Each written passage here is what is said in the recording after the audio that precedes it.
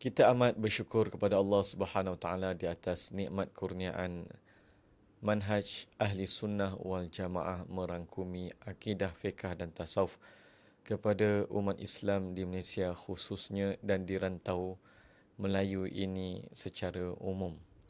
Dan kali ini kita berkongsi tentang warta kerajaan ataupun fatwa yang telah diwartakan di negeri Selangor berkenaan dengan tafsiran makna ahli sunnah wal jamaah atau dengan kata lain definisi ahli sunnah wal jamaah.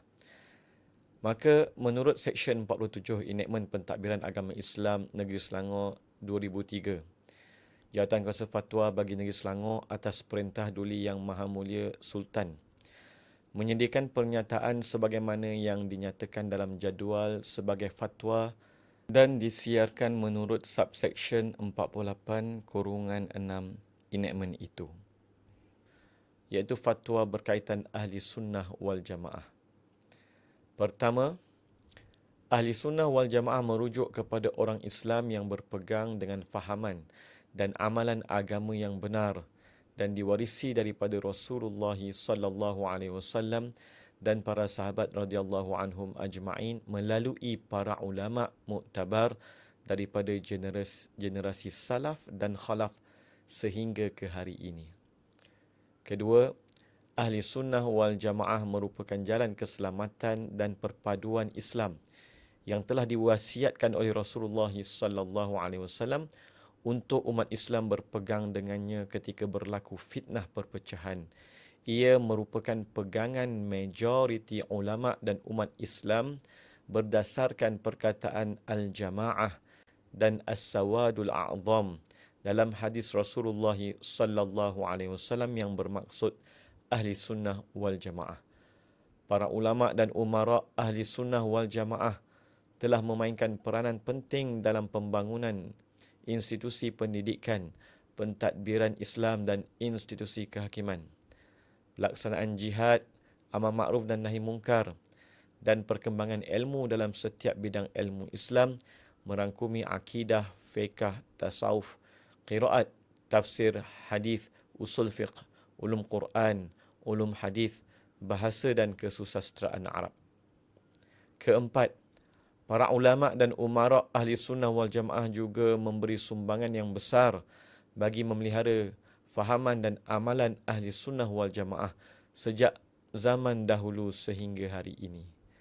Kelima, ahli sunnah wal jamaah merupakan pegangan dan amalan agama yang telah diamalkan oleh para sultan, ulama, qadi dan rakyat jelata sejak kedatangan Islam ke tanah Melayu sehingga hari ini. Keenam, di negeri Selangor, Duli Yang Maha Mulia Sultan-Sultan dan ulama telah berpegang, mengamalkan dan menyebarkan pegangan dan amalan ahli sunnah wal jamaah serta menjadikannya sebagai syiar agama. Ketujuh, tafsiran ahli sunnah wal jamaah adalah berdasarkan perkara berikut. A. Dari sudut akidah dan tauhid, mengikut manhaj Imam Abul Hasan Al-Ash'ari, Imam Abu Mansur Al-Maturidi, ulama Asy'ariyah dan Al-Maturidiyah. B. Dari sudut syariah dan fiqh, mengikut mazhab Imam Syafi'i atau dalam keadaan tertentu mengikut mana-mana satu mazhab Hanafi, Maliki atau Hambali atau ijtihad hukum oleh jawatan kuasa fatwa. C. Dari sudut akhlak dan tasawuf, mengikut manhaj Imam Junaid Al-Baghdadi, Imam Ghazali dan ulama sufi yang muktabar. Dan yang ke-8 ni sangat penting tuan-tuan. Mana-mana orang Islam dilarang untuk mengamalkan dan menyebarkan sebarang fahaman dan amalan yang bertentangan dengan pegangan dan amalan ahli sunnah wal jamaah bertarikh 28 Mei 2025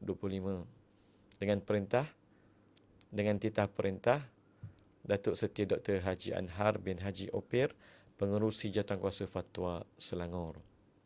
Dan Alhamdulillah berdasarkan fatwa tafsiran ahli sunnah wal jamaah negeri Selangor ini, maka kerajaan negeri Selangor telah membuat pindaan tambahan ke atas enakmen pentadbiran agama Islam negeri Selangor iaitu pindaan pada tahun 2025 dengan memasukkan tafsiran ahli karyah dengan tafsiran ahli sunnah wal jamaah seperti mana yang telah kita nyatakan dalam fatwa, dan begitu juga dengan pentafsiran hukum syarak yang merangkumi akidah dan tauhid, syariah dan fiqah, akhlak dan tasawuf. Tahniah kepada penduduk negeri Selangor. Semoga terus diberkati.